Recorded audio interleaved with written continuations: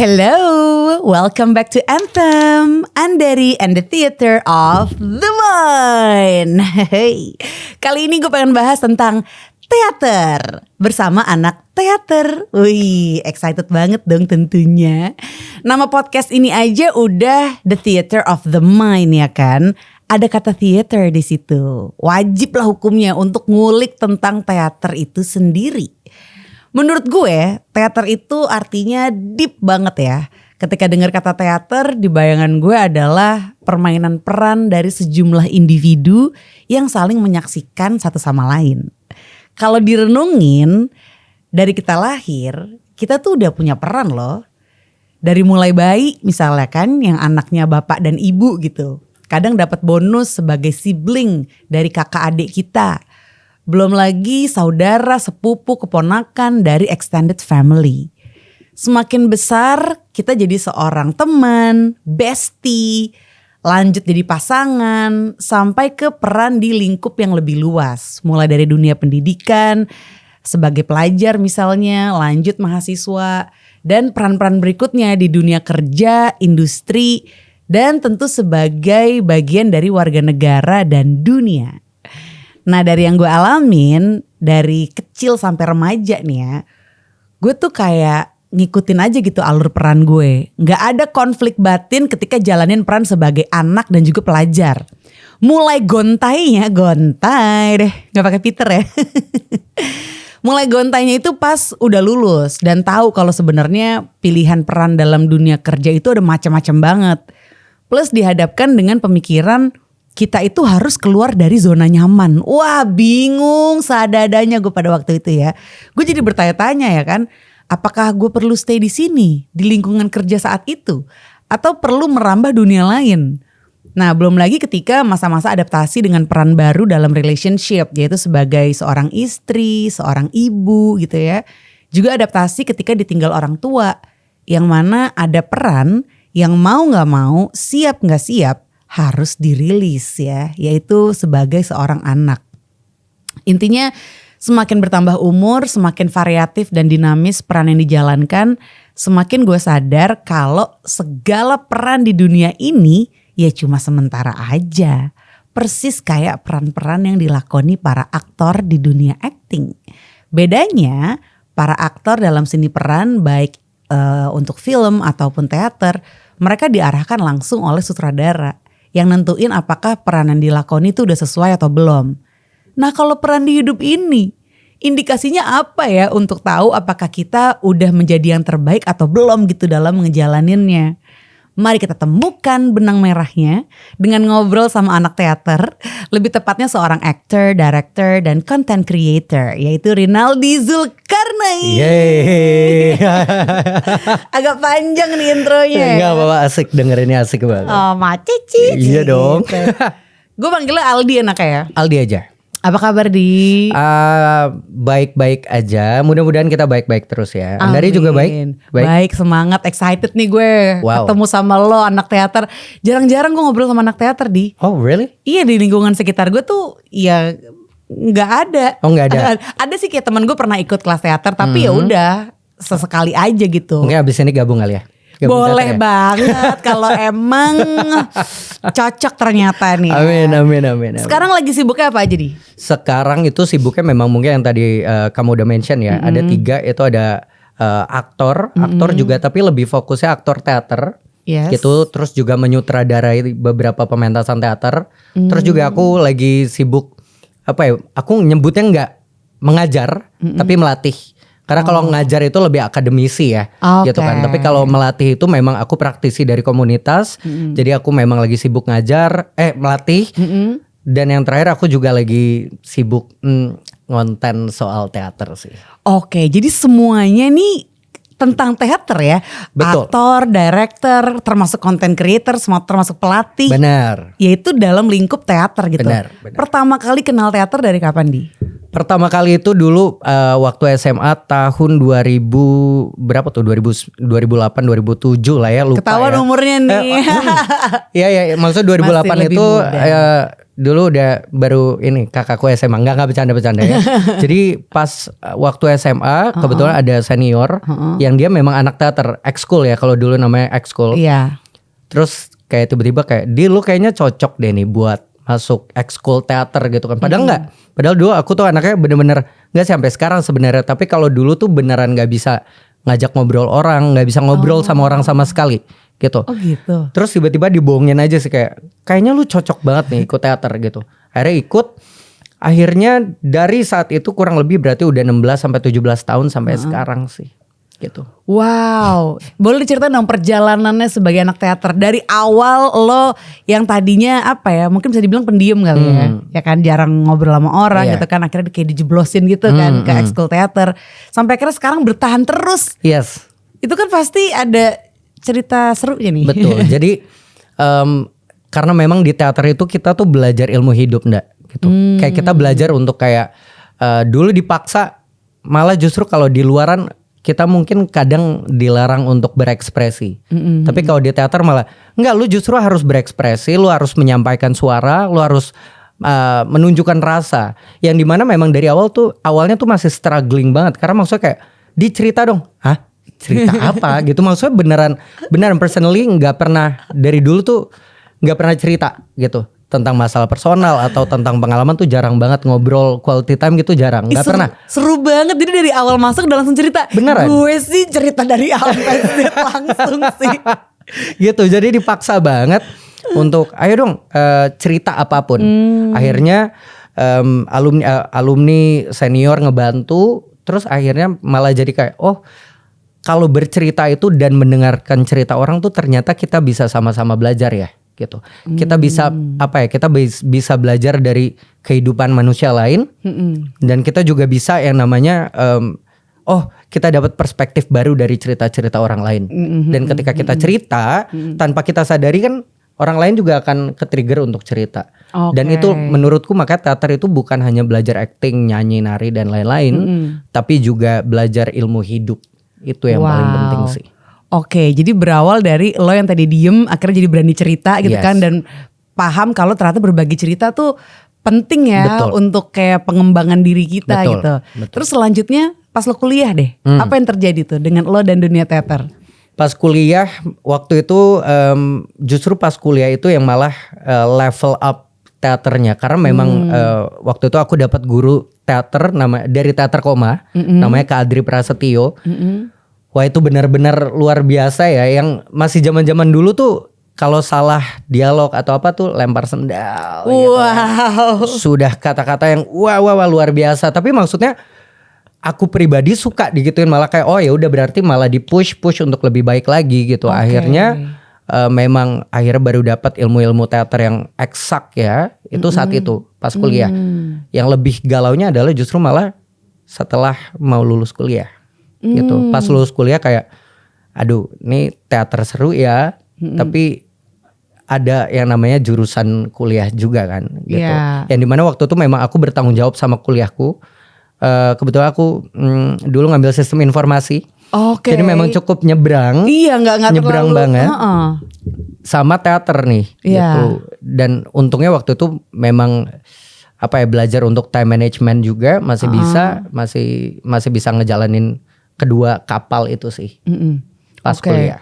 Jadi lo sambilan tuh ya lanjut teaternya tapi sambil kuliah juga. Begitu lulus, itu tantangan terberatnya karena di situ terjadi yang namanya dilematis gitu, dilema lah ya. Karena pas lulus hasil kuliahnya itu gitu. Tapi teaternya juga nih. Sampai akhirnya waktu itu sempat bikin pernyataan tuh mau ngantor atau jadi aktor. Mau di dunia keaktoran atau dunia kantoran. Rhyming.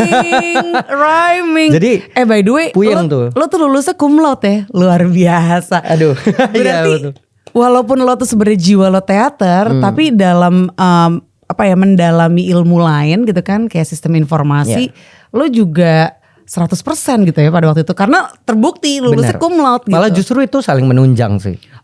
Coba ceritain. Justru karena teater itu sendiri kan maksudnya kan kita ngafalin naskah, memahami naskah. And then pas ketika kita belajar sistem informasi yang eksak juga, programming lah, bikin apa dan lain-lain, itu malah daya tangkap kita jadi lebih cepat gitu. Begitu pula pas ke teater, karena memang kuliahku sistem informasi, akhirnya malah jadi lebih tersistem juga nih, nggak berantakan teaternya. Maksudnya nggak, ya udah deh, yang penting kita berkarya aja, enggak. Tapi kita mikirin gimana nih cara bikin produksi yang matang. Karena kan di sistem informasi memang kita belajar untuk mikirin project dan lain-lain gitu. Jadi malah justru aku ngelihat itu malah saling menunjang saat itu. Wow. Luar biasa sih. Luar biasa. Tapi kenapa awalnya lo ngambil sistem informasi? Kalau boleh tahu nih, kok bisa akhirnya nemuin balance yang luar biasa gitu? Yang pasti bukan karena salah informasi ya. Biasa zaman dulu tuh banyak yang kayak gitu. Apaan tuh salah informasi, bukan. Tapi sistem informasi karena dulu simpel aja. Aku suka sama komputer. Oke. Gitu ya.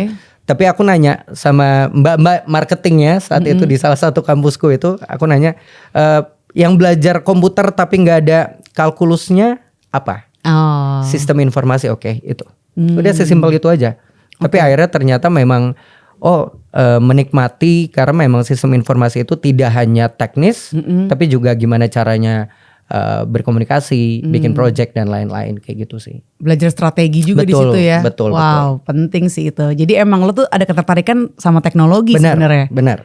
Tapi ada jiwa teaternya. Wah, ini kombinasi yang penting sih. Amin. Untuk nanti kita bahas lagi nih seputar masa depan teater ya. Tapi sebelum pengen tahu juga highlighted story lo nih sebagai anak teater. Apa yang bisa lo ceritain?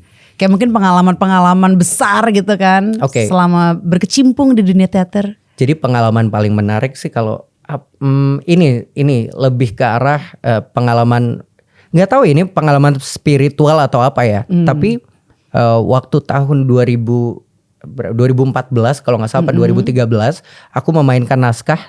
Naskahnya itu judulnya Presiden Kita Tercinta karya Arifin Senur. Nah, aku berperan pertama kali yang biasa aku jadi protagonis. Di situ aku jadi antagonis. Namanya Kolonel Kalawa Mepaki. Makanya itu adalah peranku yang biasa aku bawain monolog yang tuan-tuan dan nyonya-nyonya yang kalau aku di konten tuh biasa aku bikin kayak gitu. Nah, pada saat itu prosesnya itu 4 bulan. Kamu bayangin 3,5 bulan aku gak nemuin karakternya sama sekali. Jadi benar-benar aku gak nemuin nih siapa sih Kolonel Kalawa Mepaki. Udah aku riset, udah aku cari dan lain-lain. Tapi akhirnya gak ketemu. Akhirnya hamin 2 minggu pentas, tiba-tiba aku tidur. Bangun tidur, sore latihan. Yang sebelumnya director tuh selalu teriak-teriak, apaan sih, mana riset lu gitu-gitu. Tiba-tiba pas latihan berubah banget, nggak tahu kenapa berubah banget karakternya. Waktu itu banyak yang bilang saat itu ya, ini sebelum ada film Rudy Habibie, sebelum Mas Reza Radian main Rudy Habibie. Waktu itu orang-orang pada ngeliat aku jadi kayak yang Habibie karakternya gitu. Jadi kayak pas aku juga bingung, mungkin karena memang setiap latihan kita itu nggak bohong bahwa itu jadi muscle memory, kesimpan di subconscious. Tapi mungkin keluarnya kita nggak tahu kapan, gitu. Nah, momen keluarnya di situ dan aku ngerasa kayak, wah ternyata itu pertama kali aku ngerasain rada magis ya di dalam karakter development tuh itu sih. Wow, gitu. Jadi ketika lo nggak tahu gitu kan sebenarnya sampai stres banget, nggak nemu nih untuk riset kayak gimana. Tapi naskahnya lo udah baca kan?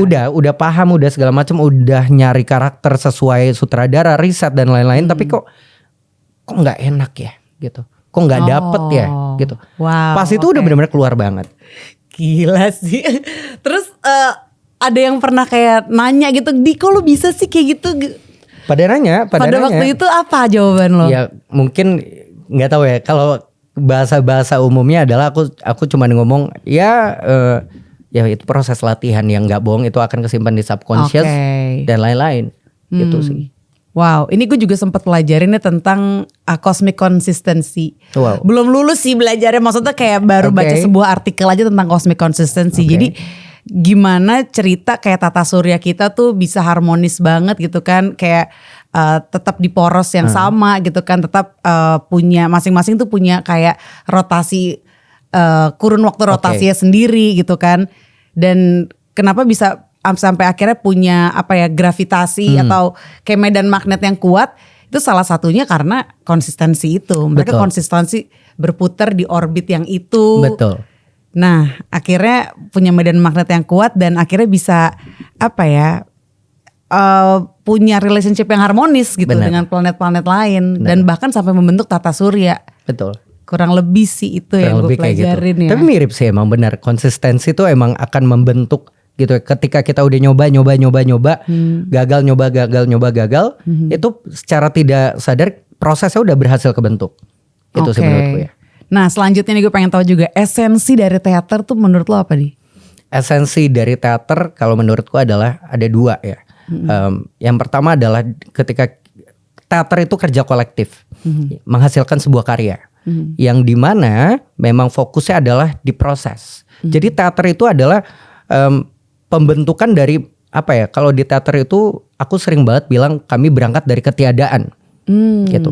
Mungkin bukan soal ideas atau apa, tapi hal yang tangible gitu, hal yang kelihatan tuh kita bisa biaya dari nol kita bikin. Jadi yang esensi dari teater adalah prosesnya itu ketika kerja kolektif menghasilkan karya itu memang benar-benar kamu bayangin. Misalnya produksi 6 bulan, bahkan seluruh kru, seluruh pemain 6 bulan akan ketemu terus, gitu. Jadi yang aku benar-benar ngerasain di teater itu adalah pure banget, gitu. Rasanya tuh beneran dibentuk dari perjalanan, itu yang aku rasa. Kalau untuk esensi dari teater sendiri ya. Kalau unsur teater tuh ada apa aja di? Unsur teater itu jadi sebenarnya dari semua ini, nah ini banyak yang nanya nih ke aku juga, karena banyak banget yang bilang. Bang ngapain sih bikin konten soal teater gitu? Kan harusnya teater di panggung. Padahal sebenarnya unsur dari teater itu cuma ada 3. Yang penting ada pemain, ada penonton, sama ada medium. Medium ini kan bisa apaan aja. Nggak harus tempat fisik dan lain-lain gitu ya. Jadi ya aku selalu ngejelasin bahwa media sosial itu atau digital platform juga bisa jadi medium. Itu sih yang penting 3 itu sih. Wow, jadi emang rasa itu ya yang dicari tuh. Betul. Ketika nonton teater, dan rasa yang didapat oleh penonton ternyata memang udah dibangun nih oleh tim gitu kan berbulan-bulan sampai akhirnya bisa ada transaksi energi itu ya. Wah, aku jadi kangen nonton teater nih. Ayo nonton lagi. Kapan sih terdekat? Yang paling dekat Mei. Oh, bulan Mei. Sama Oktober nanti ada lagi. Asik. Memang biasa stripping gitu, strippingnya tapi ada interval berbulan-bulan gitu betul, ya. Betul. Minimal kalau mau pentas gitu ya, perform tuh harus persiapannya berapa lama sih, Di? Kalau aku standarnya selalu 40 pertemuan minimal. Tapi itu kan bebas ya, schedule-nya tergantung dari produser dan lain-lain, mau seminggu latihan berapa kali dan lain-lain. Tapi memang aku minimal 40 kali pertemuan itu biasanya untuk pementasan 1,5 jam sampai 2 jam. Lanjut lagi nih ya, ngomongin rasa lagi nih. Apa aja indikasi ketika udah melakoni peran dengan baik, Di? Rasanya tuh gimana nih? Aku selalu bilang sama diriku juga, sama teman-teman yang mungkin ikut latihan sama aku. Tugas aktor itu ada 3. Yang pertama itu adalah menyampaikan pesan. Itu yang penting menyampaikan pesan. Pesannya sudah tersampaikan. Yang kedua, apakah sudah make believe? Apakah udah bisa bikin orang percaya atau bisa bikin dirinya percaya? Dan yang ketiga adalah tenggelam dalam peristiwa. Tenggelam dalam peristiwa itu kayak misalnya banyak yang nanya, "Bang, gimana caranya nangis?" gitu kan. Ya kalau teknis banyak banget, misalnya pakai obat tetes mata, melek terus gini juga lama-lama nangis kan gitu ya. Pakai bawang atau apa. Tapi ada satu hal yang kita bisa cheating recall memory gitu. Tapi kadang-kadang beda kejadiannya. Ada tuh kejadian, misalnya adegannya itu adalah kehilangan seseorang nih di adegan itu di teaternya. Tapi yang kita bayangkan adalah kehilangan uang, itu bisa juga. Tapi nanti pasti akan beda penyampaiannya, rasanya beda. Oh gitu. Gitu. Sama-sama sedih, mungkin sama-sama nangis atau sama-sama berkaca-kaca ya. Tapi energi itu nggak bisa bohong ternyata. Gitu. Jadi memang tenggelam dalam peristiwa adalah gunanya kita latihan 3 bulan, 4 bulan, 5 bulan adalah gimana caranya setiap aktor itu beneran tenggelam dalam peristiwa saat itu juga. Wow. Dan rasanya tuh ya itu aku paling yang tadi aku cerita itu adalah yang paling aku tenggelam.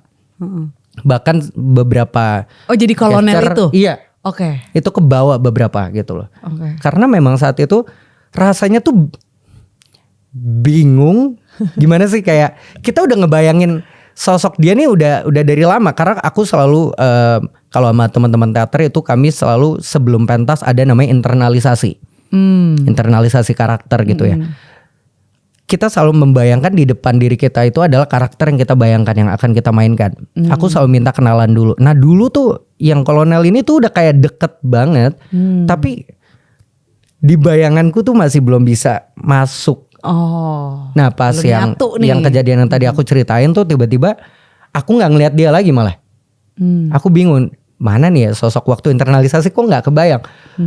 Ternyata kata guruku saat itu bahwa itu adalah ya udah lo udah being gitu, lo udah jadi gitu, lo udah adalah gitu, adalah kolonel itu. Wow, terus kayak keren banget. Oh gitu my ya, God. gitu ya, oh gitu ya gitu. Itu kaget banget. Bahkan teman-teman juga pada kaget kayak, hah, kapan sih latihannya yang ini gitu? Kapan ini latihan sendiri? Enggak, latihan bareng terus. Tapi biasanya pengalaman lainnya selain menjadi kolonel itu, lo biasanya udah menjadi being gitu ya, si karakter itu pas latihan juga udah berasa biasanya. Oke. Gitu. Karena memang di teater kan ada 3 tahap tuh kan ya. Seperti itu lebih ke physical appearance, kostum dan lain-lain. Pasti kan kita dibentuk dulu. Seperti menjadi itu biasa intelektualitas gitu ya. Kayak pengetahuan kolonel tuh gimana sih kalau mau jadi kolonel gitu. Yang terakhir adalah itu adalah penjiwaan gitu. Rasa, dan kita udah percaya bahwa ya udah diri kita adalah ya si kolonel itu. Udah dapat pengakuan. Berarti paling dalam tuh si rasa itu ya. Si adalah itu si tuh kalau udah adalah. Seperti menjadi adalah. Wah ini gue tertarik banget sih ya. Karena kayak mirip-mirip ya. Tapi beda. Menjadi sama adalah tuh beda gitu. Kalau menjadi kan kita masih berusaha. Masih menjadi. Pengen gitu loh. Ingin menjadi. Tapi kalau adalah ya udah is are gitu loh. Adalah. Udah gak ada level lanjutannya. Wow. Gitu. Wow, keren. Ini kayaknya ilmu hidupnya ini nih. Ini dia ilmu hidupnya nih. Iya betul, kurang lebih sih. Oke. Sebagai sutradara nih Di, apa aja hal yang akhirnya menurut lo nentuin orang-orang tuh orang-orang yang tepat untuk melakonkan peran tersebut gitu? Oke. Apakah dari fisik termasuk? Kayak misalnya kan dalam satu cerita gitu kan ada beberapa karakter nih. Terus siapa aja nih yang menurut lo tepat untuk melakonkan karakter-karakter itu? Apakah harus bentuk fisiknya kayak waktu lo jadi kolonel gitu? Apakah ada kesamaan bentuk fisik lo sama kolonel aslinya? Atau sebenarnya nggak mesti sama bentuk fisiknya? Sebenarnya apa ya? Kalau yang pasti kita berangkat dari visi penulis dan visi sutradara, gitu kan pasti kita berangkat. Nah, visinya itu memang a whole. Jadi kayak kita ngomongin yang tadi seperti menjadi adalah, kita ngomonginnya tuh a whole. Kita tuh nggak hanya ngelihat fisiknya aja, kita nggak hanya ngelihat skillnya doang, tapi kadang apa ya, chemistry director ngelihat seseorang gitu ya, itu tuh kayak, nah ini karakternya. Bahkan sebelum dia, karena aku pernah dengar interview yang Rami Malek ya, itu dia main jadi apa namanya, siapa? Vokalisnya Queen, Freddie Mercury. Ya itu kan baru dia datang, ini udah gitu. Jadi memang kalau ditanya, padahal bentuk aslinya bener sama, beda kan secara fisik, tapi memang kita entah kenapa kita bisa ngerasain nyawanya dari situ. Karena memang di teater itu aktor itu memang lebih baik 60-40, 60% karakternya, 40% adalah dirinya. Jadi memang masakannya beda-beda. Buat satu karakter itu dimainkan beberapa orang tuh pasti beda rasanya. Tapi memang kalau aku setiap audisi ngelihat aktor gitu ya, calon aktornya, ada yang memang kalau memang udah mentok nih, aku nggak ada yang ada sparknya gitu, ya pasti aku akan melihat pendekatan dari seperti dulu. Oke. Dari fisik dulu, dari bayanganku seperti apa. Lalu baru aku bentuk nyampe ke adalah gitu. Tapi kalau memang ada, aku pernah ngalamin dari waktu itu aku audisi 80 orang apa 90 orang. Baru nyampe sekitar 20 gitu ya. Dari dia baru memperkenalkan nama. Makanya kan kenapa orang audisi itu memperkenalkan nama aja tuh udah penting.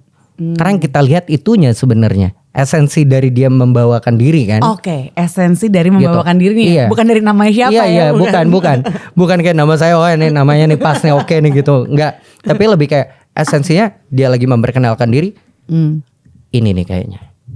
Wow. Terus bener akhirnya pas dicobain udah beneran akhirnya dari selalu tepat tuh nyanyi acting narik, nggak selalu sih. Mungkin kan karena intuisi juga perlu dilatih ya. Oke. Gitu.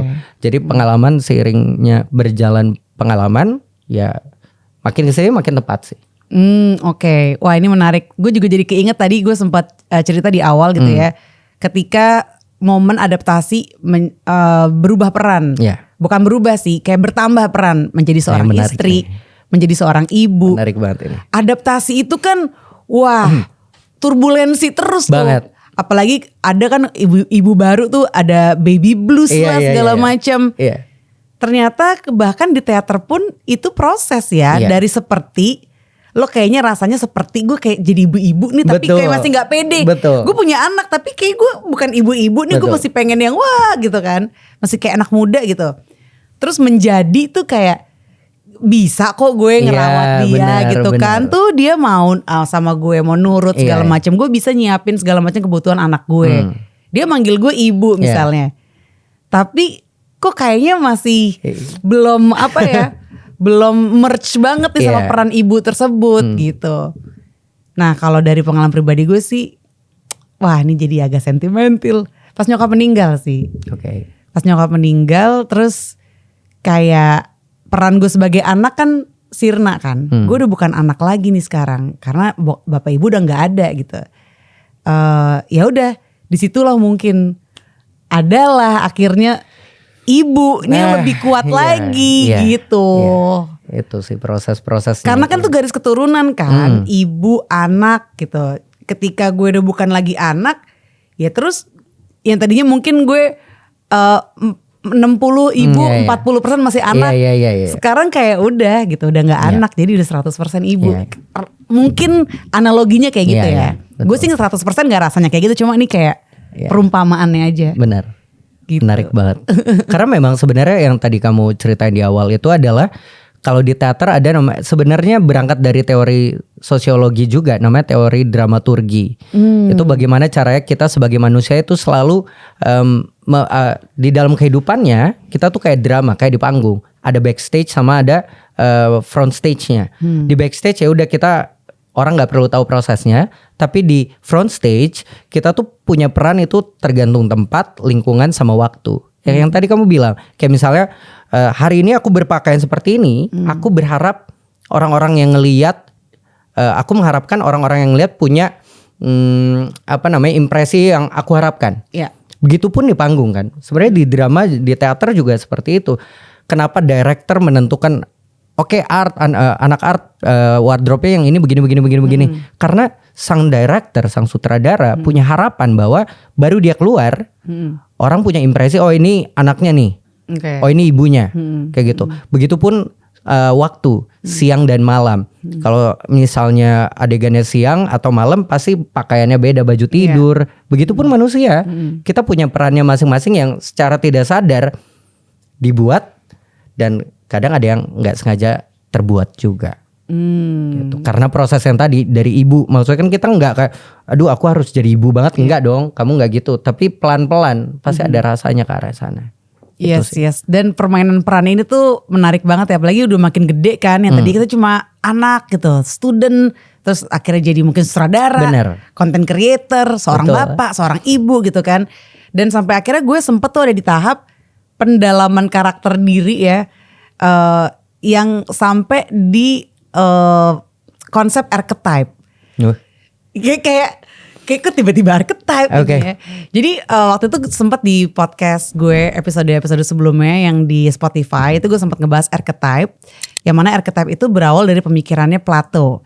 yang dianggap sebagai cikal bakal istilah archetype, yaitu tentang adanya bentuk mental murni yang terpatri dalam jiwa sebelum dilahirkan ke dunia. Nah, selanjutnya konsep archetype ini dimatangkan lagi oleh Carl Jung yang beranggapan bahwa archetypes adalah bawaan lahir, libidinally collective schemas atau citra kolektif secara libido atau desire ya. Dan menurut Jung, archetype itu adalah perwakilan-perwakilan dari simbol-simbol bawah sadar yang kuat yang merangkai jalan untuk solusi-solusi terhadap berbagai isu, ketakutan, dan juga masalah. Archetype ini menarik banget ya karena dialami oleh manusia nih, khususnya pada masa transformasi di dalam diri kita yang seringkali melibatkan healing atau penyembuhan secara psikologis dan emosi.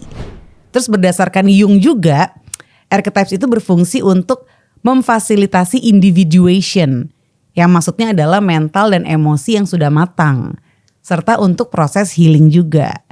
Archetype adalah pondasi yang menciptakan mitos, agama, filosofi yang mempengaruhi dan mengkarakteri seluruh bangsa dan berbagai masa dalam sejarah. Wih. Wow.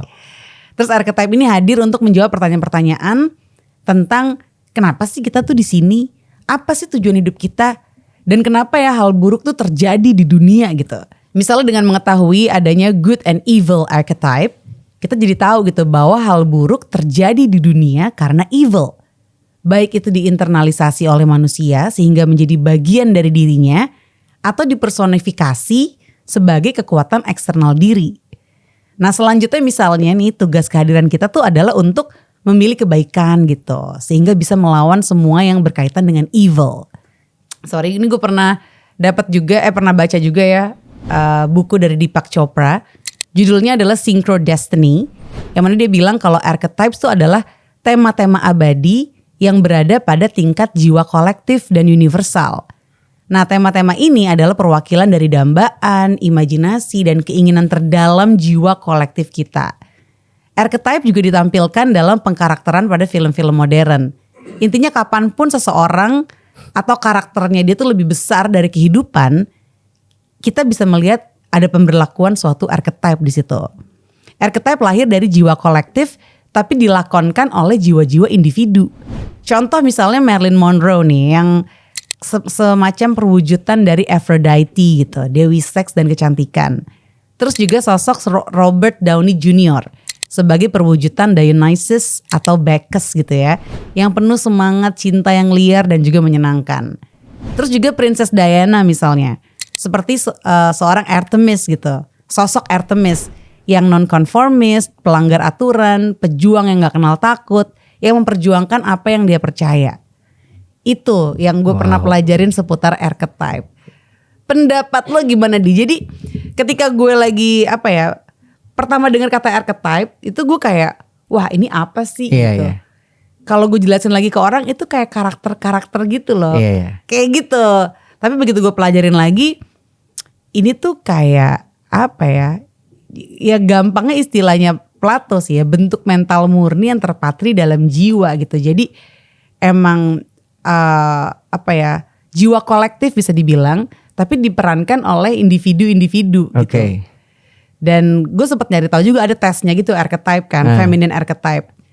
Pas gue ikutan tesnya itu jawab sekitar 100 pertanyaan, terus gue kayak nemu ada satu archetype yang gue nggak sadar itu tuh ada di gue. Kalau kayak lover oke lah, kita kan pernah punya pacar gitu, pernah ngejalanin peran itu. Ini ada satu karakter yang gue juga lumayan ngilu, yaitu seorang anak perempuan justru. Ya which is ya gue juga anak perempuan sih, tapi di masa itu gue nyari tentang archetype, which is tahun 2023 akhir, gue tuh lagi nggak gue udah lama tuh nggak ngejalanin peran gue sebagai seorang anak.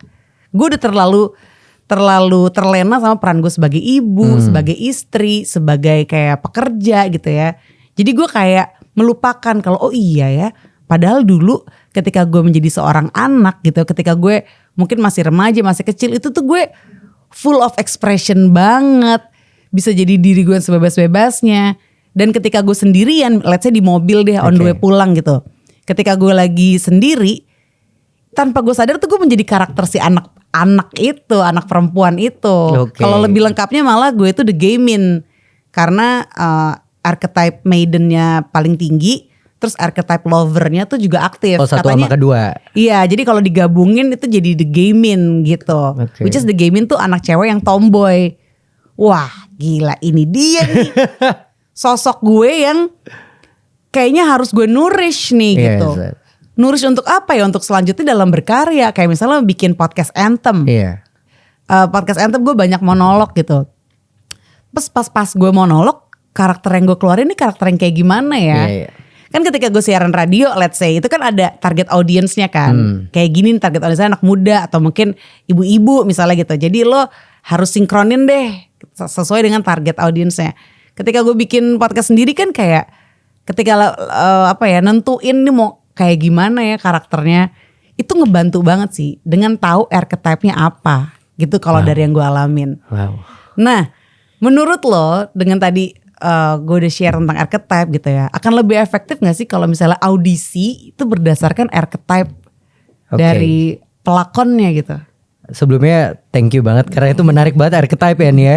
Kayak abis ini tes juga deh, nanti minta ya linknya. Iya boleh. Tapi gue baru dapat yang feminine archetype. Nanti kalau ada yang masculine gue nemuin. Serius penasaran banget. Karena mungkin kalau dari yang tadi kamu jelasin itu sangat malah mungkin selama ini aku nggak sadar bahwa yang aku lihat dari orang-orang yang tadi aku ceritain, yang tadi ada yang oh ini oke banget nih, ini kayak pas banget nih sama karakternya dan lain-lain. Kayaknya mungkin ya ada faktor archetype-nya itu keluar saat itu yang aku lihat. Karena maksudnya kalau tadi kan kamu misalnya keluarnya lagi sendirian di mobil lah atau apa, mungkin ada juga orang yang keluar saat mereka dapat. Ada nggak sih mungkin nggak sih kalau misalnya justru archetype-nya itu yang akan keluar ketika dia lagi under pressure, maybe gitu. Karena memang sengaja audisi itu dibikin walaupun kita udah kenal setiap hari latihan sanggar, tapi audisi itu kan selalu dibikin bagaimana mereka under pressure supaya bisa keluar yang paling best version. Oh, oke. Ya nggak sih gitu. Makanya memang ya mungkin kalau memang itu bisa terjadi dan emang itu ya itu menurutku sangat-sangat membantu ya. Makanya aku penasaran, aku jadi pengen tahu banget nih soal, aku pengen ngetes juga diriku dulu ya biar nanti aku bisa ngegali karena ini penting banget karena ngomongin peran yang tadi kamu bahas peran yang memang dari lahir. Karena aku juga beberapa bulan ini aku lagi fokus sama pembicaraan soal orang ada yang goal oriented gitu ya. Kalau aku orangnya sekarang belajar untuk jadi role oriented. Jadi aku lebih percaya peranku apa supaya aku tidak jatuh sama ekspektasiku. Kalau goal emang penting, kita perlu punya goal gitu. Tapi kalau role menurutku itu lebih penting karena kita menjalankan semua hal di dunia ini kan sesuai peran. Dan kalau kita tahu perannya, itu tuh akan lebih legowo gitu, kayak ya udah, dia dapat nilai A, gue dapat nilai C. Ya mungkin emang perannya di sana dia A, walaupun bukan jadi males ya, tapi kita udah berusaha sekuat tenaga. Oh mungkin peran gue adalah ngebantu dia untuk mendapatkan A. Ada juga yang perannya jadi pemimpin, ada yang harus jadi co-lead, ada yang jadi wakil. Kalau semua pengen jadi ketua kan hancur nih dunia. Iya, mau kemana gitu. Jadi kepala harus satu. Jadi menurutku wah itu akan membantu sekali kalau aku tahu ya. Maksudnya kalau emang aku memahami dari ceritamu, karena memang ya it's all about role, soal peran. Iya, benar, Gitu. setuju banget. Dan ketika gue tahu kalau wah archetype gue paling tinggi tuh maiden gitu kan, persentasenya paling gede maiden, gue agak ngilunya karena di 3 tahun terakhir lah bokap nyokap gue hidup gitu ya, gue nggak memaksimalkan peran gue sebagai anak. Itu sih yang kayak lumayan wah, aduh gimana nih gitu. Padahal ternyata begitu gue liat foto-foto zaman dulu, gue zaman SMA, gue selalu tuh kayak ngerepotinnya in a good way ya, kayak bikin pesta ulang tahun lah, terus bokap gue yang bagian foto-fotoin, nyokap gue nyiapin makanan yang kayak gitu-gitu tuh rasanya tuh gue memainkan peran itu dengan baik sekali gitu. Terus gue juga tampil gitu, terus gue juga yang ngasih laporan ke mereka tentang hasil nilai gue di sekolah tuh dengan bagus gitu kan. Gue juga yang kayak selalu ngasih tunjuk kalau ini gue udah bisa loh ngelakuin ini, gue udah bisa ngelakuin itu. Terus mereka juga kayaknya seneng ngeresponnya, kayak ada rasa mungkin bangga juga gitu kan. Dan sebenarnya gue suka banget gitu. Cuma satu dan lain hal akhirnya gue tidak lagi memaksimalkan peran itu. Oke. Itu sih yang kayak wah ini peran apa ya, peran di dunia tuh ada banyak gitu kan, yang bahkan kita satu orang nih tapi menjalankan berbagai peran. Iya. Dan perlu banget tuh disadarin kita tuh sebagai siapa aja sih. Oke, lo udah punya anak, oke lo udah berkeluarga, tapi lo masih seorang anak juga loh. Benar. Jangan dilupain gitu. Benar, penting kayak banget. apa penting yang banget. lo lakuin ke orang tua lo juga mumpung masih ada. Iya. Iya, terima kasih Andari. Jangan ketika udah telat Iya, gitu. iya. Wah, dan ini pengalaman gue ya, gue pernah dapat peran yang gue tuh nggak mau. Dan peran ini kayak semacam titipan almarhum orang tua gitu. Oke. Nah, lo pernah nggak kayak gitu? Lo dapat peran yang lo nggak mau, yang lo nggak pengen. Sebenarnya gue dapat, kenapa sih gue dapat peran ini gitu? Baik di dunia real ataupun mungkin di dunia teater. Baru mau ditanya tuh, nih dua dunia ini kan ya. Soalnya bingung nih ngomongin peran, semuanya ngomongin peran ya. Kalau di dunia kalau di dunia real gitu ya. Ya aku adalah anak bontot. Aku anak paling kecil. Gitu ya. Tapi somehow sekarang ya aku bukannya gimana ya, tapi aku dari dulu tidak pernah merasa diandalkan. Karena anak paling kecil. Gitu Dari ya. berapa bersaudara? 3. Oke. Jadi ya udah gitu ya. Cowok, cewek, cowok. Cewek, cowok. Cewek, oke. Cewek, cowok. Gitu. Aku merasa tidak diandalkan gitu. Tapi ya 4 tahun ke belakang tiba-tiba aku mendapatkan tanggung jawab yang cukup besar di keluarga. Yang dimana menurutku sempat punya pemikiran kayak gini ya. Dulu maksudnya kenapa sih nggak kakak-kakak gue aja kayak yang handle ini? Kan gue dari dulu dibangun mindsetnya adalah gue anak bontot. Oke. Terus kenapa harus sekarang? Gitu. Kenapa harus sekarang? Gue dapat peran ini dihibahkan untuk nih take a lead. Wow, ya walaupun di luar ya organisasian segala macam, tapi ini it's all about family itu beda banget rasanya. Iya. Kayak Paham. bisa nggak sih? Udah kayak dulu aja gitu. Ini kan anak bontot, siap ngedengerin kok, siap membantu kok. Tapi ternyata I have to make some decisions yang gede-gede, yang besar-besar, yang kayak boleh nggak sih nggak gini. Tapi makin kesini, tapi ternyata baru sadar bahwa ternyata dari dulu tanpa aku sadari bahwa aku sudah punya peran ini yang emang anak paling kecil, tapi aku anak paling beda, paling badung, paling belok deh. Kakak-kakaknya tuh lurus banget. Ini adanya tuh tiba-tiba pengen jadi seniman lah gitu. Apalah bingung gitu. Berteater, banyak yang dari keluarga besarku bahkan gak ada yang seniman gitu. Nah itu yang pernah aku rasakan, aku dapetin. Dan tapi cara aku menerima adalah aku nyari benang merahnya. Benang merah, apakah aku diberikan peran yang berbeda, atau sebenarnya perannya ini udah ada dari dulu gitu, tapi memang bentuknya aja, actionnya aja yang beda. Hal yang kayak misalnya kalau di pementasan teater mungkin dari dulu udah dapet peran kolonel, tapi baru sekarang dikasih tahu coba tembak dia gitu. Padahal ya emang karakter kolonel diciptakan untuk menembak seseorang, let's say gitu. Ngerti. Gitu loh. Ngerti tuh, siap-siap anak terakhir. One day lo harus take a lead loh, walaupun kakak-kakak lo masih ada. Ih, bagus. Itu. Nggak, yang lucu adalah kalau gue ini kejadian di keluarga gue gitu ya. Kakak adik kita anak terakhir cowok, tapi kakak cewek-cewek semua. Oke. Jadi lebih make sense kan kalau dia harus take a lead misalnya karena dia cowok nih. Mungkin secara logik lebih kuat. Kalau lo cewek cowok-cowok gitu ya. Tapi tetap aja makanya esensi benang merahnya, kalau ngomong benang merah kita ngomong benang merah lagi nih. Anak terakhir siap-siap intinya. Ya gitu betul, kan. ini itu pesannya ya yang pengen disampaikan. Itu sih sebenarnya yang aku rasain, ternyata ini mungkin dari sebenarnya udah sebagai anak terakhir udah ada tuh Ya cikal udah, bakal lo akan bener. ngelit. Intinya kan lo di ujung. Bener. either pertama atau Iya terakhir benar, gitu kan. intinya itu. Ya, sebenarnya gue anak kedua pernah juga sih di posisi gue harus ngelit pernah Iya, juga iya, sih. iya. Intinya setiap anak lah, Iya, iya, setiap iya. orang tuh Harus ada cikal ada bakal poin leader. situ. Oke, walaupun mungkin posisinya di keluarga lo anak terakhir seakan-akan kayak wah paling apa sih ya bontot lah, Iya, kayak udah. cuma disayang-sayang aja Betul, gitu kan, betul, cuma betul. siap support doang. Benar. Tapi tetap setiap orang itu one day gitu kan dia harus take a lead. Betul. Gitu. Betul. Jadi gitu ya cara lo nerima, wah keren juga. Itu kalau yang real ya. Kalau di peran sih sejauh ini mungkin bukan dapat peran yang gimana ya, bukan dapat peran yang nggak dipengenin ya. Justru apa ya? Aku mendapatkan peran yang seharusnya bukan aku.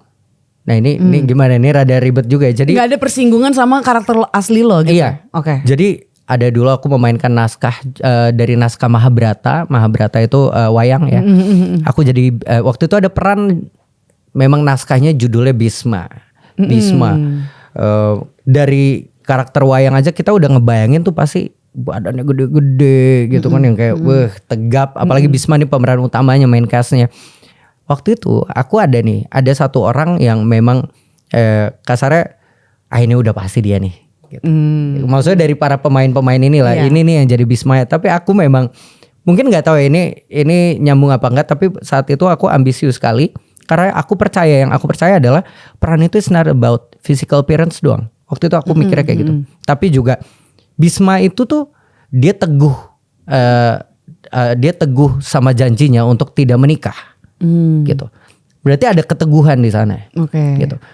Terus Bhisma ini sosoknya memang waktu itu aku mainin 3 generasi. Jadi waktu dia muda, remaja, anak kecil, muda, remaja, terus tua gitu, 3 generasi. Terus aku ngelihat pokoknya poin-poin Bhisma yang bisa aku connect sama aku. Aku tunjukin ke direkturku secara konsisten. Secara konsisten aku tunjukin. Jadi kayak saingan gitu kan. Sebenarnya kalau mau mudah mah ya udah yang ini aja, yang satu yang temanku aja. Yeah. Tiba-tiba sutradaraku memilih aku. Dan saat itu pementasan itu adalah jadi pementasan terbaik selama teater komunitas teaterku itu ada. Wow. Karena dia percaya mungkin itu archetype ya aku nggak tahu, mungkin dia melihat archetype dari karakter si Bhisma sama akunya mungkin ada kecocokan gitu, bisa nih aku dipilih jadinya. Oke. Padahal tadi lo nggak nyangka. Enggak, maksudnya kayak ya udahlah kita cobain aja kali dulu ya, kita berusaha dulu. Taunya malah dapet dan malah aku well perform banget saat itu. Aku ngerasa itu salah satu pementasan yang aku puas sekali. Wow, ini gue nemu lagi benang merah nih. Jadi intinya itu kan juga yang milih sutradara lo kan? Iya. Bukan terus gue Bhisma ya, oke Betul, lo Bhisma, betul. nggak gitu kan? Nggak gitu. Ada juga kandidat lainnya dan Bener. dia milihnya lo. Iya. Kayak di hidup kita gitu, ketika kita udah dipilih, Andari kamu tuh sebagai anak kedua, kakak kamu kayak gini, Betul. adik-adik kamu tuh kayak gini. Betul. Gue bisa gak sih jadi anak bontot? Gue tuh pengen banget jadi anak bontot nih. Oh really? Iya, enak kan? Loh, aku malah pengen jadi anak pertama. Gak ada yang mau jadi anak tengah, emang. Gue anak tengah. Karena sulit, anak tengah tuh susah banget kalau aku lihat ya. Kan, ya kan. Lagi disayang-sayang ada yang ini. Betul. Udah ada yang ini, ada yang itu lagi. Betul. Ya elah. Gue gak bisa maksimal jadi Iya, iya. seorang anak Iya, gitu. iya. Padahal sebenarnya main archetype gue seorang anak Iya, kan. Cuma harus berbaginya ini loh. Wah. Soalnya kalau anak terakhir kan intinya biasanya paling disayang gitu Iya. kan. Dan apa ya, intinya bahkan tadi gue tanya ke lo, kalau di ada gak karakter yang susah untuk lo terima gitu di dunia teater? Lo aja bahkan sampai gak bisa bilang kan. Maksudnya bukannya lo gak mau, Iya, betul. tapi lo cuma gak nyangka. Betul. Lo gak nyangka lo ternyata mampu gitu memerankan Betul. karakter itu. Betul. Jadi intinya gimana cara kita ngeliat peran itu secara objektif kali Benar. ya. Benar. Ini apalagi peran yang udah dikasih ke kita gitu. Udah dari lahir, masa udah di hidup ini kayak nggak, kesannya kayak nggak ada pilihan gitu. Benar. Kalau kayak menikah kan itu pilihan kan. Tapi Iya, betul. ketika udah garis keturunan, Betul. gimana milihnya Kita gitu. nggak bisa milih kenapa Udah aku lewat. dilahirkan misalnya kayak gitu kan, suka ada Iya. pertanyaan kayak gitu misalnya. Iya, Kenapa iya. bentuk gue kayak gini? Iya, iya. Intinya dengan menyadari kalau apa ya, peran itu tuh objektif gitu kan, kayak lo lagi memainkan peran ini, ya udah acting lah, bukan acting sih, berlakon lah. Betul. Dengan sebaik-baiknya. Bener. Terus ketika lo Bisma itu susah nggak rasanya? Kan lo ngelihatnya awalnya lo nggak relate kan? Yes. Terus ketika lo ditunjuk, Ternyata enggak. Malah justru kayak wow, ini apa memang maksudnya untuk nyaingin looks ya. Waktu itu kan pasti looks ya. Yang satu lagi itu kan sainganku itu yang aku bilang tegap segala macam. Pasti direkturku akan meramu gimana caranya supaya orang bisa ya kayak tadi kayak si Freddie Mercury supaya orang nggak fokus sama looksnya. Beda ya kayak Mas Reza Radian waktu jadi Eyang Habibie juga beda secara looks gitu. Tapi pasti fokusinnya itu adalah dari rasanya itu, dari penyampaiannya, proses dibaliknya itu memang kalau aku bilang sulit karena harus nutupin supaya orang bisa ngeliat aku as Bisma sebagai jiwa. Gitu. Itu sulitnya di situ, tapi ya itu namanya proses ya. Kalau aku sih menikmati prosesnya saat itu, walaupun ya memang ya itu banyak yang awal aku sampai harus fitness waktu itu saat itu. Maksudnya dari dulu aku segini-segini aja.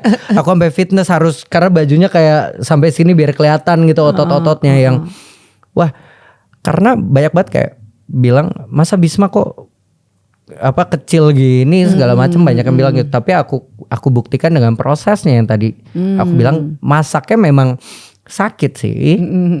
Tapi akhirnya orang bisa melihat bahwa ya memang aku adalah Bisma, bahkan sampai 2 kali pentas. Wow. Tahun depannya pentas lagi. Teruji banget. Bawain itu lagi gitu sih. Oke, berarti yang paling penting aktualisasi si jiwanya itu. Bener. Ya. Jadi tidak hanya melakonkan berdasarkan bentuk fisik kita gitu kan yang menjadi patokan, justru gimana caranya memerankan si jiwa ini. Iya. Jadi kalau boleh disimpulkan esensi dari seni peran nih apa menurut lo? Esensi dari seni peran tadi aku sebenarnya udah mention sih, sebenarnya yang paling aku sebut adalah make believe. Make believe itu ini yang selalu aku utamakan karena banyak orang yang bilang oh ya udah seni berpura-pura lah gitu kan, seni peran itu banyak yang bilang seni berpura-pura dan lain-lain. Tapi kalau aku bilang yang penting adalah make believe. Bukan hanya penonton yang dibuat percaya. Yang paling penting adalah diri dulu. Kalau diri nggak percaya kalau dia perannya A, gimana mau bikin percaya orang lain kalau dia A? Jadi kalau aku pribadi, kalau dari seni peran esensinya adalah make believe. Nah make believe itu prosesnya banyak. Kita harus jujur, kita harus tenggelam, kita harus bagaimana caranya kita bisa menyerap, sensitif, peka. Tapi ujung-ujungnya adalah make believe, gitu loh. Okay. Kita buat percaya orang dan buat percaya diri kita sendiri bahwa kita adalah peran itu. Kita membawakan secuil kisah hidup dari karakter itu sendiri. Itu kan susah banget. Kita nggak nonton dia dari lahir. Iya. Kita nggak nonton dia lahir sampai selesai hidupnya. Kita nggak tahu. Cuma dikasih secuil doang. Apalagi di teater 2 dimensi ya kurang lebih kan, karena kita stagnan gitu. Diam aja gitu. Kita nggak bisa kiri kanan dan lain-lain. Itu tantangannya tuh memang memainkan peran di situ tuh buat percaya bahwa dia adalah menghidupkan tokoh dari cerita. Oke, sejauh ini yang paling susah, peran tersusah tuh apa tersulit, termenantang, apakah Bisma tadi ataukah ada yang lain? Justru menurutku yang paling sulit adalah karakter yang paling deket sama aku. Oh ya? Gini, pernah gak sih kalau misalnya gini, ndak coba jalan dong jadi lo gitu. Iya. Coba dong ngedip kayak biasa aja. Coba deh ngedip. Itu tuh malah kayak jadi kayak kita jadi mikir kayak iya ya. Gimana ya ngedip ya? Gitu jadi kayak banyak pertimbangan. Sedangkan kalau kita memainkan peran yang beda banget sama kita, itu kan pasti kita akan ada, aku selalu bikin ruang biasanya kalau lagi berperan. Ada peran A, peran B, itu ada ruangan ada kursi-kursinya gitu lah. Aku ngebayanginnya di situ. Aku mau minjem yang mana dulu nih gitu. Tapi kalau misalnya deket banget karakternya, memang secara biografi sih pasti beda. Tapi kalau misalnya yang aku banget, banyak kan orang yang bilang aku pengen banget deh main film atau main teater yang aku banget. Hey, hati-hati. Justru itu challenging banget, bikin orang nonton, apalagi teater yang kalau film kan lebih ke kontrol, kalau teater itu ekspresif gitu. Hati-hati kalau penonton masih ngeliat, itu masih lu di. Oke. Wah itu susah banget. Contohnya? Susah banget. Jadi kayak ada nggak di?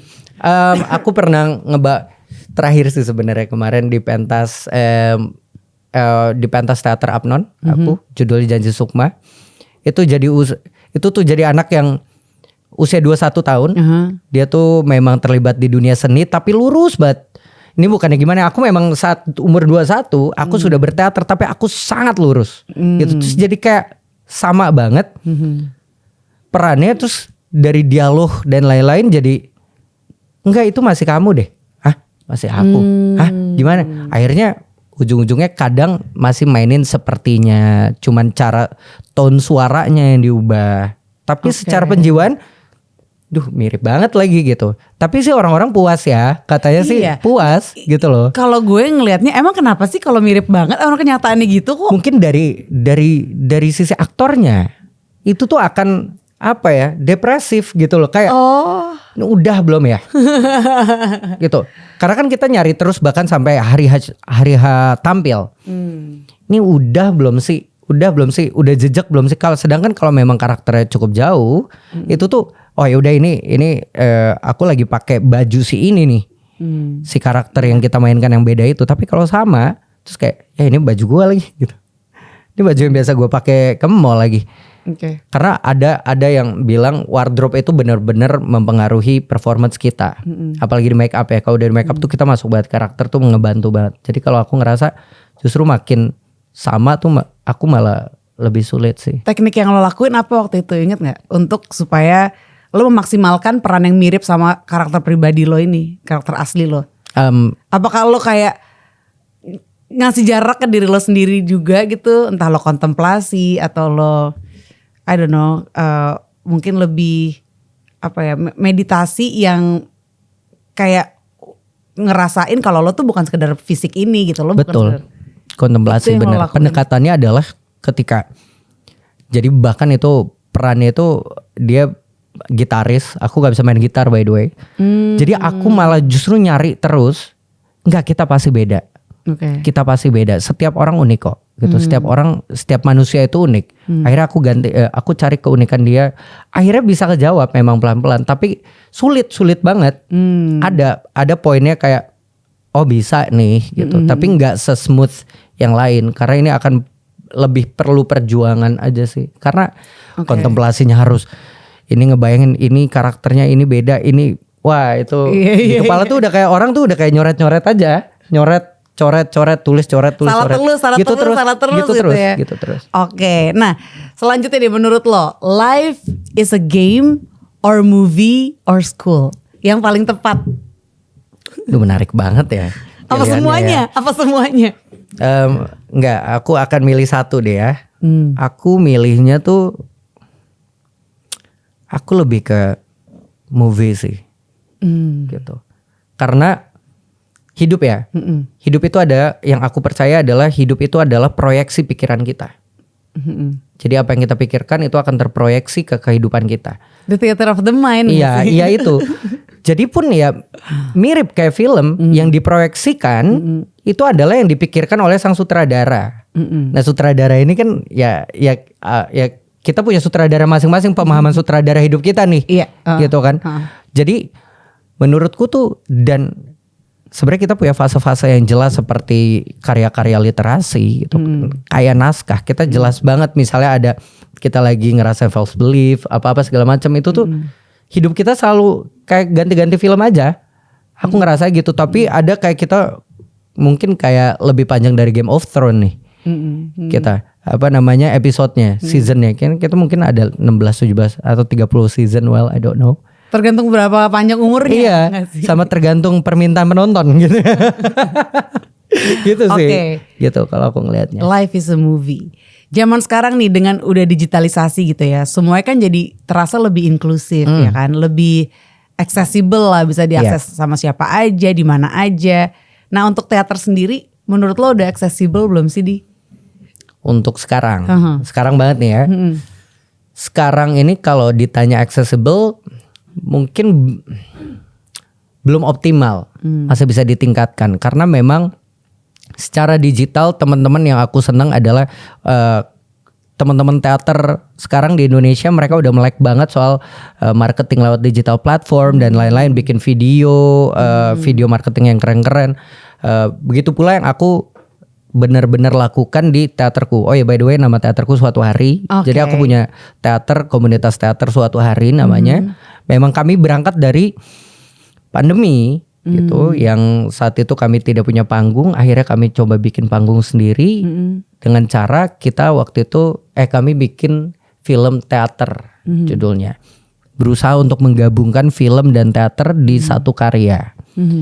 Memang waktu itu sih mengobati banyak penggemar teater sih, banyak yang bilang aduh akhirnya bisa nonton teater lagi segala macam. Tapi apa ya, kalau ditanya apakah akan tergantikan sih enggak ya gitu kalau antara digital dan teater langsung, tapi itu akan jadi faktor pendukung untuk akses itu sendiri. Makanya aku selalu ngomong, yuk teman-teman teater, kalau aku misalnya jadi pembicara di beberapa teater gitu ya, aku pasti akan selalu bilang, yuk jadi teater kalian harus punya keberanian untuk masuk ke digital platform juga, supaya orang-orang tahu bahwa di daerah itu ada teater, di kampus itu, di sekolah itu ada teater. Jadi yang penting informasi teater di Indonesia udah banyak kok, udah banyak banget. Tapi orang nggak tahu aja pintunya nih kemana, gitu. Makanya perlu yang namanya marketing lewat platform digital buat itu sih. Supaya orang tuh bisa yang ngerasain langsung gitu. Gimana pun juga teater tuh kayak pertemuan antara si pemainnya gitu kan, ada penontonnya langsung di tempat yang sama, dan disitulah ada transaksi rasanya itu lewat cerita-cerita yang disaksikan. Kalau anthem teater lo apa di? Apa ya? Teater lo tuh ketika lo dengerin satu lagu deh, karena ini namanya anthem ya, jadi harus bawa-bawa kayak lagu kebangsaan nih, semacam lagu kebangsaan. Lo dalam berteater tuh yang kayak, wah ini nih lagu teater gue banget nih gitu. Ada salah satu, jadi memang Suatu Hari itu kan kita bikinnya itu selalu lagu-lagu original, selalu bikin. Ada satu lagu yang ini hasil racikan aku sama produserku, founder dan co-founder ini. Waktu itu karena memang kami tuh sempet pengen udahan, pengen udah deh, ini capek nih, udah nggak ada harapan nih. Dan then akhirnya kami bikin satu number judulnya Idealismeku. Itu tentang bagaimana caranya kami tuh percaya gitu, kami percaya bahwa ada yang namanya mimpi tuh ada. Mimpi tuh ada. Kami selama ini masih hidup tuh mungkin karena mimpi itu gitu.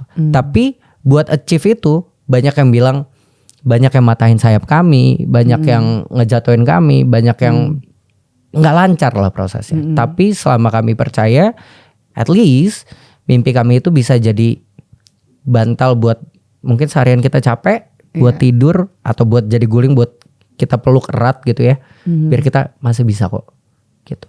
Itu sih, itu yang bahkan sampai sekarang masih di play terus, padahal itu pementasan 2 tahun lalu kalau nggak salah.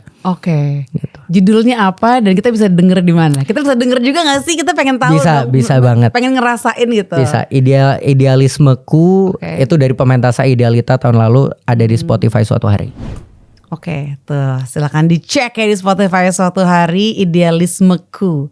Gue sih udah waktu itu sih dengerin ya kan, dan wah itu bagus banget sih menurut gue. Thank you. Kayak bener-bener somehow itu nge-represent juga apa yang gue rasain gitu. Ketika lo pengen menampilkan sesuatu yang sejujur-jujurnya ada di dalam diri lo, tapi apa ya, kayak penuh ketakutan gitu untuk bener-bener bisa nge-represent dengan 100% gitu. Takut ada yang gak terima lah, takut ini kayak mungkin gak berarti untuk orang, belum lagi kayak itu nggak seakan-akan kayak nggak relate gitu sama topik-topik yang trending topics di dunia. Bener. Padahal ya kalau yang trending topics jujur gue nggak kena di gue pribadi. Terus gue harus pura-pura kena gitu. Terus gue harus ngikutin yang trending itu. Kan nggak juga dong, nggak adil dong gitu.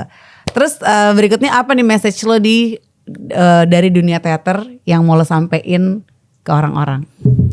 Message yang pengen aku sampaikan sebenarnya dari 3 kata simple yang ini selalu aku gambarkan di setiap karya yang berkenaan. Bahkan bukan hanya teater. Aku sempat bikin lagu juga gitu ya. Musikalisasi puisi dan lain-lain. Aku bikin monolog. Itu aku pengen nyampein ke dunia. Intinya kita itu seringkali berangkat dari pesimisme. Kita sering ngerasa pesimis di awal, and then kita ngelihat hope, mencoba untuk optimis. Tapi pada akhirnya yang bikin orang ngerasa sempet sakit atau ngerasa jenuh atau ngerasa kayaknya udah deh, padahal ujung-ujungnya adalah kita pasti akan terbentur sama realistis. Jadi 3 poin itu yang selalu aku sampaikan di setiap karyaku. Berangkat dari pesimis, mencoba optimis, berakhir realis. Oke, wow. Itu proses yang itu bagus juga sih. Yang emang kadang-kadang dalam berkarya, itu kan kita berangkat dari permasalahan gitu kan. Kayak aduh ini jalan keluarnya gimana sih, pesimis gitu. Cuma pasti adalah coba-coba cari solusi gitu kan. Being optimist. Benar. Dan akhirnya nemu deh jalan keluar gitu. Atau ya udah ini win-win solutionnya tengahnya nih gimana sih? Oke, wow, luar biasa. Silakan dicatat ya. Nah, selanjutnya ini last but not least challenge dong. Aduh, ya kan? Apa nih? Challenge-nya berkaitan sama archetype. Jadi gue baca-baca gitu kan ya tentang archetype dewa-dewi gitu. Kalau tadi misalnya Princess Diana mirip Artemis gitu kan. Terus si Robert Downey mirip Dionysus gitu. Nah berikut ini gue baca tentang artikel berjudul Prometheus Archetype ya. Jadi judulnya Power of the Promethean Archetype. How to harness your inner rebel to change the world. Ini gue dapat dari medium.com yang ditulis oleh Noah Pagano. Nama archetype Promethean ini diambil dari nama Titan Yunani Prometheus ya. Yang menentang para dewa dengan mencuri api ya dan memberikannya kepada manusia. Sehingga memberi mereka tuh pencerahan dan kemajuan gitu. Nah archetype ini mewakili keinginan akan pengetahuan, kreativitas dan inovasi. Serta kemauan untuk menantang norma dan otoritas yang ada dalam mengejar ide dan cara hidup baru. Prometheus dapat dilihat sebagai simbol pencarian manusia akan pengetahuan, kebebasan, dan penentuan nasib sendiri.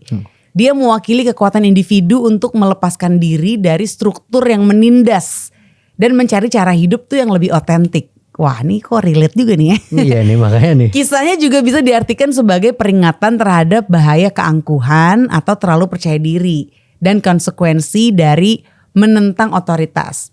Pada akhirnya Prometheus mewujudkan ketegangan antara individualitas dan konformitas dan perjuangan abadi untuk menemukan keseimbangan antara kekuatan-kekuatan yang berlawanan ini.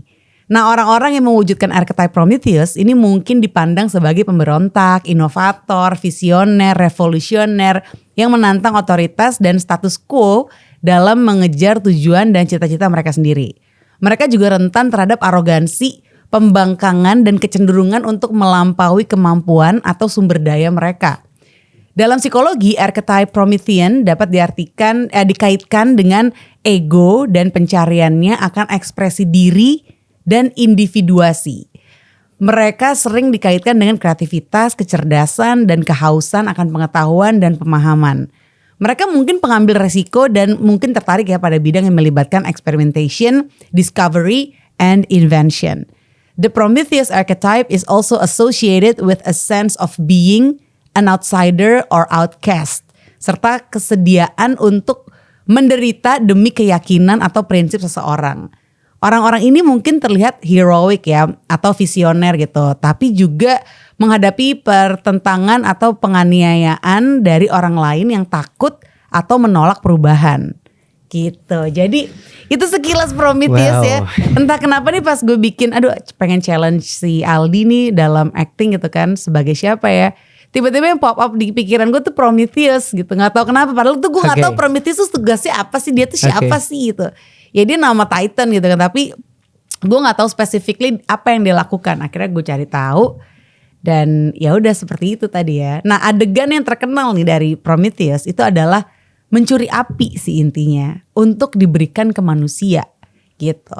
Terus berikutnya yang gue dapat dari worldhistory.org ya, tindak pelanggaran yang terkenal yang dilakukan oleh Prometheus itu adalah karena merasa kasihan atas keadaan manusia yang lemah dan telanjang pada saat itu ya, yang membuat Prometheus tuh menyerbu workshopnya para dewa nih, si Hephaestus dan juga Athena di Gunung Olympus dan mencuri api dan dengan menyembunyikannya di dalam tangkai funnel gitu yang berongga.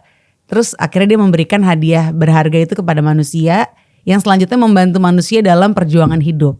Terus Prometheus juga ngajarin manusia cara menggunakan bakat mereka sehingga keterampilan pengerjaan logam pun dimulai pada saat itu. Yang selanjutnya dikaitkan dengan sains dan budaya. Seru ya kalau ngebahas tentang mitologi gini. Banget. Aku suka banget serius. Pas aku denger tapi kok kayak ngejeduk-jeduk ya, relate ya ini. Oh gitu ya. Beresonansi. Iya. Maksudnya wow. Oke, berarti ini tebakan gue kurang lebih tepat nih ya. Kita kenalan Kayaknya. lagi kali Prometheus ya. Prometheus. Berikutnya dari Goodreads.com ya, ditulis sama Thomas Lloyd Coyles. Dia bilang dia ada kayak satu quote gitu yang ngegambarin Prometheus, dan ini bisa dijadiin line nih untuk kamu dalam menjawab tantanganku bertindak sebagai Prometheus. Wow. Line-nya udah gue share ya kan. Oke. Jadi boleh langsung diadegankan. Oke. Atau kalau baca lagi dulu juga boleh sih. Oke. Ini cuma satu line aja tapi inilah yang ngegambarin Prometheus yang tadi gue sebutin gitu ya. Oke. Dengan ciri-ciri ini itu, apa aja yang dia lakuin, apa aja jasanya untuk humanity. Tapi di satu sisi lain dia juga stealer gitu kan, Ya, dia pencuri. Kayak Robin Hood ya, Gue ngebayanginnya kayak Robin Hood gitu, dia nyuri tapi untuk kebaikan orang juga. Iya. Tapi ya api itu kan bisa apa ya, bisa jadi bagus gitu kan. Benar. Bisa juga jadi ngebakar. Betul. Bahaya juga. Betul. Oke.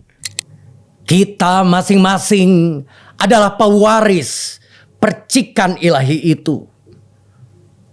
Jika percikan api itu kita gunakan dengan bijak, maka akan timbul kobaran dalam perjalanan kita. Dan juga untuk menerangkan jalan kita. Tapi apabila hal sebaliknya yang kita lakukan, kita gunakan percikan api itu dengan tidak bijak, maka yang terjadi adalah api itu akan memakan pemiliknya dan merusak segala sesuatu yang dilaluinya.